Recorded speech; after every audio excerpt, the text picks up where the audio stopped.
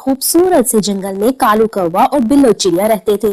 कालू कौवा बहुत सुस्त था, उसे हर वक्त बस अपनी ही फिक्र रहती, जबकि बिल्लो चिड़िया बहुत अच्छी और हमदर्द थी। वो अपने साथ साथ दूसरों का भी ख्याल रखती। अगर कोई परिंदा मुश्किल में होता तो बिल्लो चिड़िया उसकी मदद कर देती। इस तरह बिल्लो चिड़िया के दिल को सुकून मिलता, जबकि कालू कौवा दूसरों की मदद भी न करता। लेकिन अगर उसे किसी की मदद की जरूरत होती तो फौरन उस परिंदे से मदद लेने चला जाता और रो धोकर अपना काम करवा लेता। इसी तरह एक दिन कालू कौवे को एक दरख्त पर एक फल लगा नजर आता है।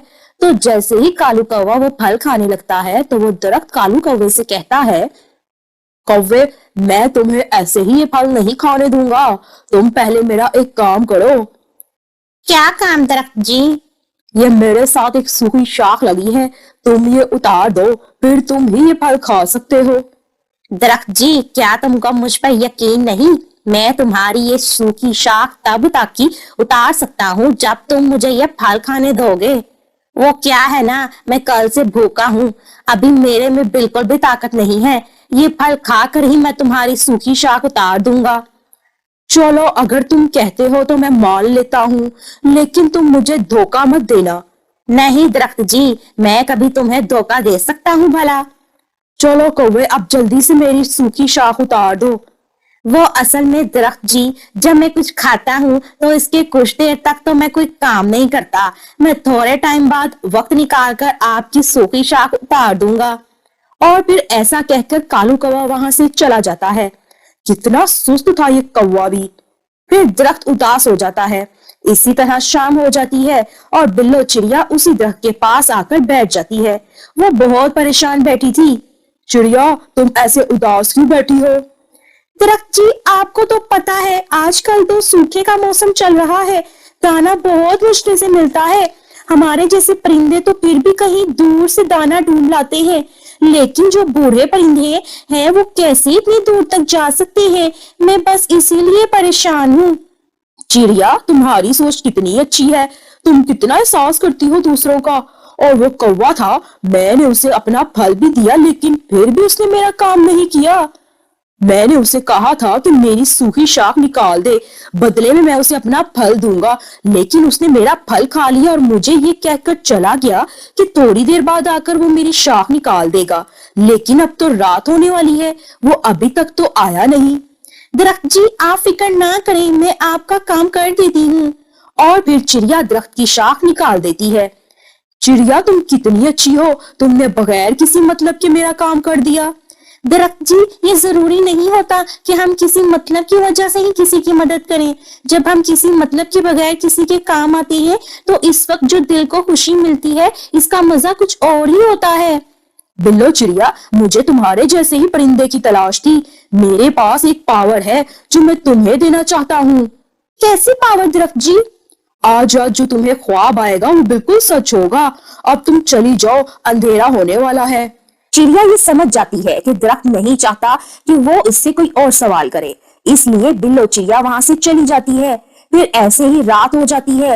वो लेटे हुए सोच रही होती है कि पता नहीं उसे कैसा ख्वाब आएगा। फिर बिल्लो चिड़िया सो जाती है और फिर उसे एक ख्वाब आता है।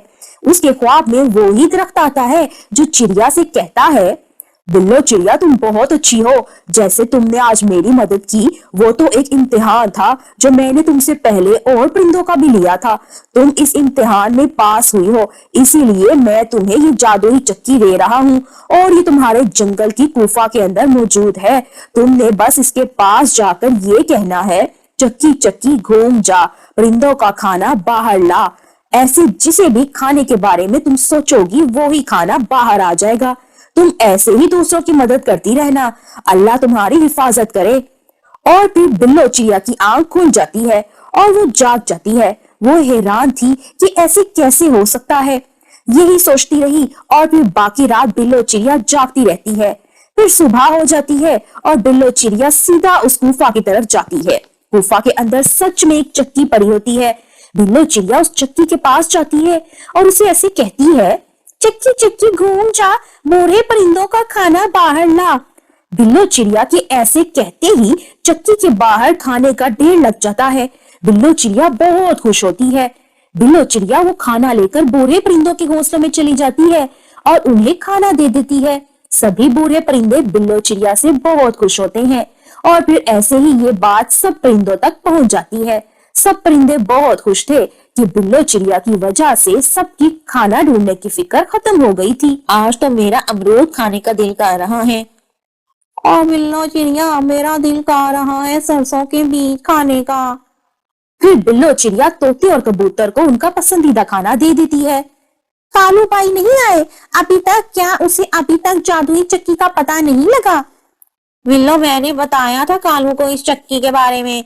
उसने जैसे ही सुना वो उसी टाइम सोनी कौवी को लेने के लिए उसके मेके चला गया। सोनी उससे लड़के मेके गई हुई थी। अब जब वो इस जादुई चक्की के बारे में सुनेगी तो फौरन से वापस आ जाएंगी।